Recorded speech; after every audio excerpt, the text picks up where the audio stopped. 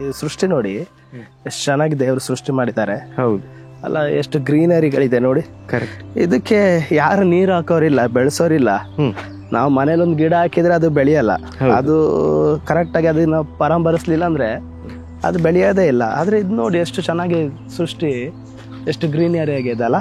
ಹೌದು, ಇದೆಲ್ಲ ದೇವರ ಸೃಷ್ಟಿ. ಹೇಗೆ ಅಂತ ಹೇಳಿದ್ರೆ, ದೇವರು ತನ್ನ ಹತೋಟಿಲಿ ಇಟ್ಕೊಂಡು ದೇವರು ಅದನ್ನೆಲ್ಲ ಪೋಷಿಸ್ತಾನೆ, ದೇವರು ಅದನ್ನೆಲ್ಲ ಸಂರಕ್ಷಿಸ್ತಾನೆ. ಹಾಗಾಗಿ ಅವುಗಳಿಗೆ ಬೇಕಾದದನ್ನು ದೇವರೇ ಒದಗಿಸ್ಕೊಡ್ತಾನೆ. ಹೌದು. ಫಸ್ಟ್ ಆಗಿದ್ರೆ ನನಗೆ ಒಂದು ಆಲೋಚನೆ. ಈಗ ನೋಡ್ರಿ, ಈಗಾಗಲೇ ಭೂಮಿ ಮೇಲೆ ಪ್ರಕೃತಿ ಕೋಪಗಳು ನಡೀತಾ ಇದೆ. ನೀರಿನಿಂದ ಎಲ್ಲ ಜನರು ಸಾಯ್ತಾ ಇದಾರೆ. ನೀರಿಂದ ಅಂದ್ರೆ ಮಳೆ ಬಂದು ಗುಡ್ಡ ಕುಸ್ತು ಹಿಂಗೆಲ್ಲ ಜನರು ಸಾಯ್ತಾರಲ್ಲ ಪಾಸ್ಟ್ರೆ. ಇದಕ್ಕೆ ಕಾರಣ ಏನಿರ್ಬೋದು ಪಾಸ್ಟ್ರೆ? ಈಗ ನಾವು ಕಾರಣ ಅನೇಕ ಸಂಗತಿಗಳು ಇದರಲ್ಲಿ ನಾವು ಹುಡುಕ್ತಾ ಹೋಗ್ಬೋದು. ಹೇಗಂತೇಳಿ ಹೇಳಿದ್ರೆ, ದೇವರು ಒಳ್ಳೆಯವರು, ದೇವರು ಯಾವಾಗಲೂ ಒಳ್ಳೆಯದನ್ನೇ ಮಾಡುವಂಥವ್ರು.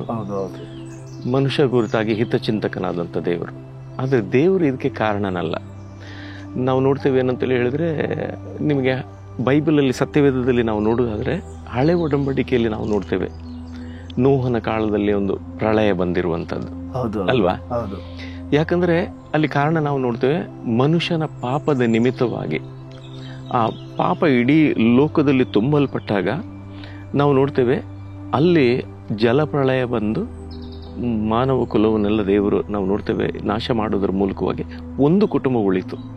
ಯಾಕಂದ್ರೆ ಆ ಟೈಮಲ್ಲಿ ಸಿಕ್ಕಿದಂಥ ಒಬ್ಬ ವ್ಯಕ್ತಿ ನೋಹ ಮಾತ್ರ ದೇವರಿಗೆ. ಹೌದು, ಅದೇ ನೀವು ಅದರಲ್ಲಿ ನೋಡುವಾಗ ದೇವರು ಅಲ್ಲಿ ಒಂದು ಸೂಚನೆ ಕೊಡ್ತಾರಲ್ಲ ಫಸ್ಟ್. ಈಗ ಇನ್ನು ಮೇಲೆ ನೀರಿನಿಂದ ಜಲಪ್ರಳಯದಿಂದ ಜನರನ್ನ ನಾಶ ಮಾಡಲ್ಲ ಅಂತ ಹೇಳ್ತಾರೆ. ಹಾಗಾದ್ರೆ ನಾವು ಈಗಿನ ಸ್ಥಿತಿ ನೋಡುವಾಗ ಮನೆಗಳೆಲ್ಲ ಬೀಳುತ್ತೆ, ನೀರಿನಿಂದ ಮನೆ ಒಳಗೆ ಜನರು ಸಾಯ್ತಾರೆ. ಇದು ಈಗ ನೋಡುವಾಗ ನೋಡ್ರಿ, ವಾಕ್ಯನೂ ಹಂಗೆ ಹೇಳುತ್ತಲ್ಲ, ಭೂಮಿಯು ಸಮಸ್ತ ಯೆಹೋವನದೇ ಅಂತ ಹೇಳುತ್ತೆ. ರೈಟ್. ಹಾಗಾದ್ರೆ ದೇವ್ರ ಹತೋಟಿಯಲ್ಲಿ ಇರೋದು. ಹೌದು, ದೇವರು ತನ್ನ ಹತೋಟಿಯಲ್ಲಿ ಇಟ್ಕೊಂಡಿದಾರಲ್ಲ, ಹೇಗೆ ಇದು ನೋಡಿ? ಇದಕ್ಕೂ ಕೂಡ ಕಾರಣ ಮನುಷ್ಯನೇ ಕಾರಣ. ಇವತ್ತು ನಾವು ನೋಡ್ತೇವೆ ಏನಂತೇಳಿ, ಮನುಷ್ಯ ಎಲ್ಲಿವರೆಗೆ ಆಗಿದ್ದಾನಂತೇಳಿ ಹೇಳಿದ್ರೆ, ದೇವರ ಸೃಷ್ಟಿಯ ಮೇಲೆ ಮನುಷ್ಯ ಏನು ಮಾಡ್ತಿದ್ದಾನಂತೇಳಿ ಹೇಳಿದ್ರೆ, ಅದನ್ನು ಈಗ ಕಬಳಿಸುವುದಂತೇಳಿ ಹೇಳ್ತಾರಲ್ಲ. ಈಗ ದೇವರು ಸಮುದ್ರವನ್ನು ಉಂಟು ಮಾಡಿ ಸಮುದ್ರಕ್ಕೆ ದೇವರು ಇಷ್ಟೇ ಒಂದು ಇದನ್ನು ಹಾಕಿ ಇಟ್ಟಿದ್ದಾರೆ. ಹೌದು.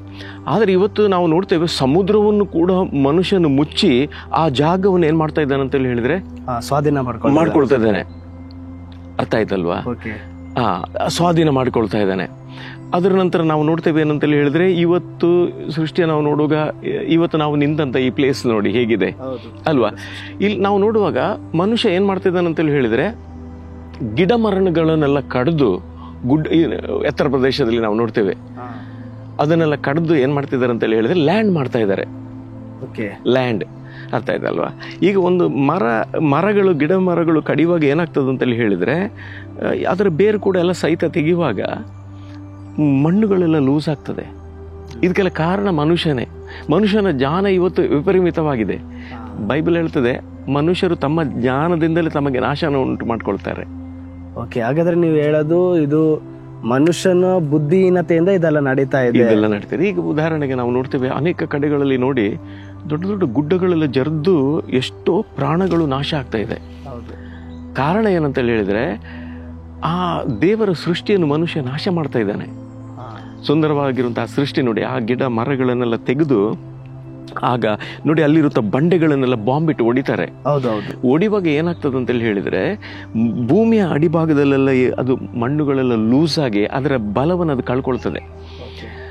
ಇದ್ರ ನಿಮಿತ್ತವಾಗಿ ವರ್ಷಗಳು ದಾಟ್ತಾ ಹೋಗುವಾಗ ಏನಾಗ್ತದೆ ಅಂತೇಳಿ ಹೇಳಿದ್ರೆ, ಇಂಥ ಪ್ರಕೃತಿ ವಿಕೋಪಗಳು ನಡೀತದೆ.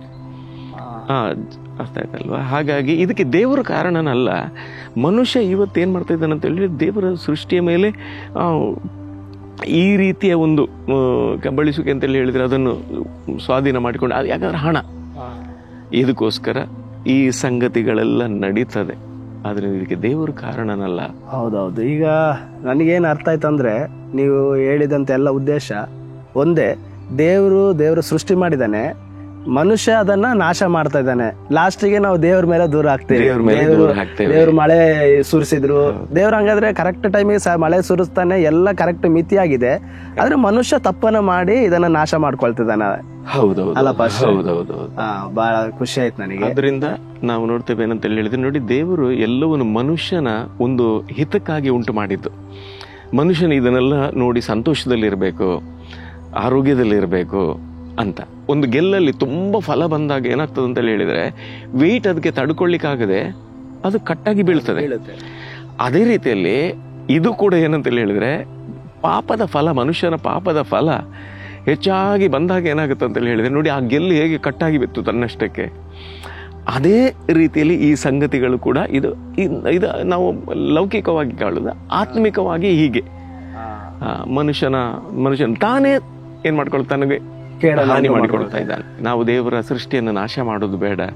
ಯಾಕಂತ ಹೇಳಿದ್ರೆ, ಸಮುದ್ರವನ್ನು ನಾವು ಮುಚ್ಚಿ ಅದರ ಮೇಲೆ ಪಟ್ಟಣಗಳನ್ನು ಕಟ್ಟುವುದು ಅಥವಾ ಬಿಲ್ಡಿಂಗ್ಗಳನ್ನು ಕಟ್ಟುವುದು ಇದೆಲ್ಲ ಯಾಕಂತ ಹೇಳಿ ದೇವರು ಮನುಷ್ಯನಿಗಾಗಿ ಸಪ್ರೇಟ್ ಇಟ್ಟಿದ್ದಾನೆ. ಮನುಷ್ಯನಿಗೆ ಏನ್ ಬೇಕೋ ದೇವರು ಮನುಷ್ಯನಿಗಾಗಿ ಕೊಟ್ಟಿದ್ದಾನೆ. ಹೌದು.